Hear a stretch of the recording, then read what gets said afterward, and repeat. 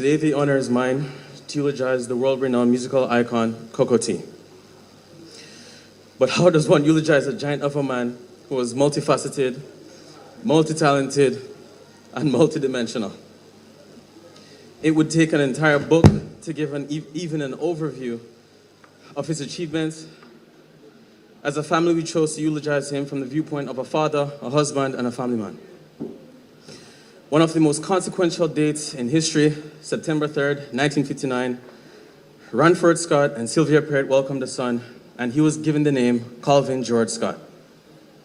He was raised mainly by his mother in Rocky Point, Clarendon. He attended South Savannah Primary School and then Bustamante Secondary School.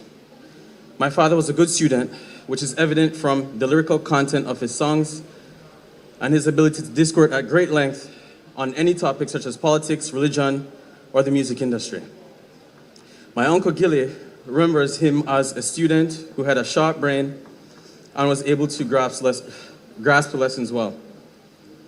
Uncle Gil believes that had their parents been able to afford it then, my father might have made a great impact on academia instead of music. At a tender age, he was told by an elder relative called Sada that he was going to be somebody great. And if she did not live to see it, then Congo would come back and tell her. Sada did not live to see him become a world-renowned superstar, but her words were indeed prophetic. And of course, Congo would have told her about how his singing took him to all corners of the world and made him a star. Before becoming the Coco T, he tried his hand at many odd jobs to help his mother put food on the table. He did masonry, fishing, and probably because of his ideal stature, tried out at Caymanas Park to become a racehorse jockey. He sustained numerous falls as a jockey and had to wheel and come again, and then settled for some time as a groom instead. He embraced this position with his usual determination and would sleep in his stables with the other stable hands. He would sing for them at night, as his love for singing was always present. One day he was told by a trainer that he was different from the others and that he did not belong there. The trainer must have seen the same potential that Sada did, so he returned to Rocky Point and tried his hand as a fisherman. This too only lasted for a time, but he never gave up on his love for racehorse and would later become an owner and breeder. He won multiple races, including the 103rd Jamaican Derby in 2003. As a child, my father was beloved by all, especially older people, because of his wittiness, his care and compassion, but mostly because of his melodious voice. Around 6 years old, he fashioned his own sound system from leftover 2x4 that were used to make roofs. He used bottle corks and nailed them on the board as a control for the volume. And then he used fish line as the electric wire and the bottle as his mic. He would sing all day and would only take breaks to eat.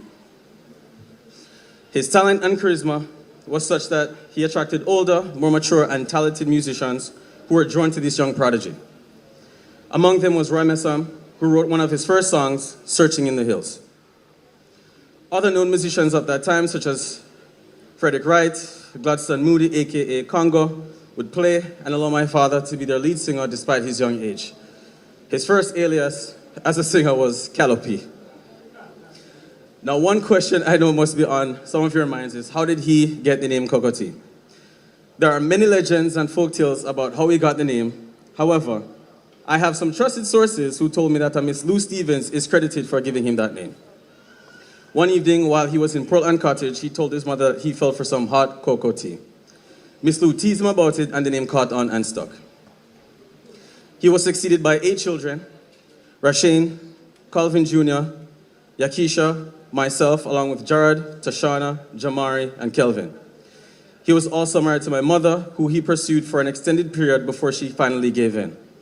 In his song, She Loves Me Now, it speaks of his dating journey when he declared, "A long time I man want this little daughter."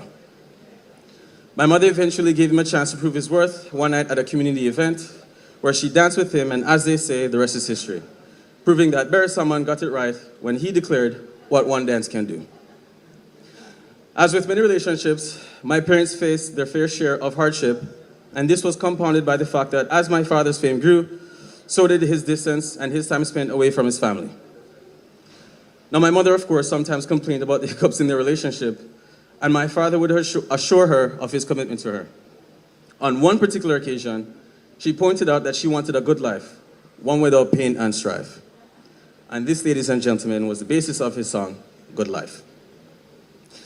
My mom was always the wind beneath his wing. She was always in his shadow, walking a step behind. He knew she was content to let him shine. In 2017, my parents decided to migrate to Florida, and this would provide my younger siblings with a wider world experience, and my mom would also be able to pursue a career. She quickly trained to become a medical assistant and worked for two of South Florida's top healthcare facilities.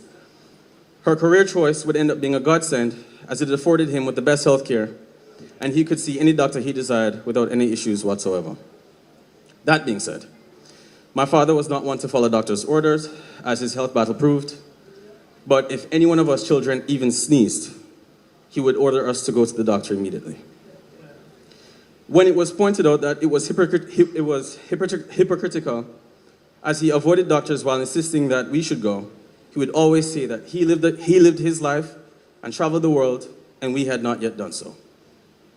Even when it was obvious to us that he was in pain. Hello, my beloved HMTV viewers. I'm glad you are watching. And for the new person here, kindly subscribe to join the family. So, following the death of our beloved reggae legend, Calvin George Scott, known professionally as Coco T, who tragically passed away on March 11th, 2025, at the age of 65. His wife, Malvia Scott, confirmed that he died of cardiac arrest at a hospital in Broward, Fort Lauderdale, Florida. Coco T had been battling lymphoma since 2019 and had recently suffered from pneumonia. Born on September 3, 1959, in the fishing village of Rocky Point, Clarendon Parish, Jamaica. He attended Savannah Primary School in Rocky Point and Bustamante Junior Secondary School in Lionel Town, Clarendon. From a young age, Coco T was drawn to music, singing in his local church choir, which laid the foundation for his future career. At 14, he recorded his first song, Searching in the Hills, for Willie France's Little Willie label in 1974. However, the song did not achieve commercial success, leading him to temporarily step away from the music industry. During this period, he worked as a jockey and a fisherman. Despite these early setbacks, Coco T continued to perform with local sound systems, honing his craft. In 1984, he collaborated with producer Henry Junjo Laws of the Volcano label, adopting the stage name Coco T. This partnership resulted in notable hits like Rocking Dolly and I Lost My Sonia, marking the beginning of his successful career in reggae music. In 1997, Coco T founded his own label, Roaring Lion Records, supporting artists like Buju Banton, Louis Culture, Capleton, Cuddy Ranks, and Sizzla. He continued to produce music into the 2000s, with notable releases such as Biological Warfare in 2007 and Yes We Can in 2008, the latter featuring the song Barack Obama, expressing support for the U.S. presidential candidate. Coco T remained active in the music industry until his passing on March 11, 2025, at the age of 65. His contributions to reggae and dancehall have left a lasting legacy, influencing countless artists and fans worldwide. Coco T was laid to rest on Sunday, April 6, 2025, during a Thanksgiving service at the Verandah in Clarendon Park, Clarendon, Jamaica. The service commenced at 1 p.m. and was attended by hundreds of fans, family members, and fellow musicians who gathered to honor his life and contributions to reggae music. Artists such as Capleton, Shabba Ranks, Josey Wales, and Charlie Chaplin were present to pay their respects.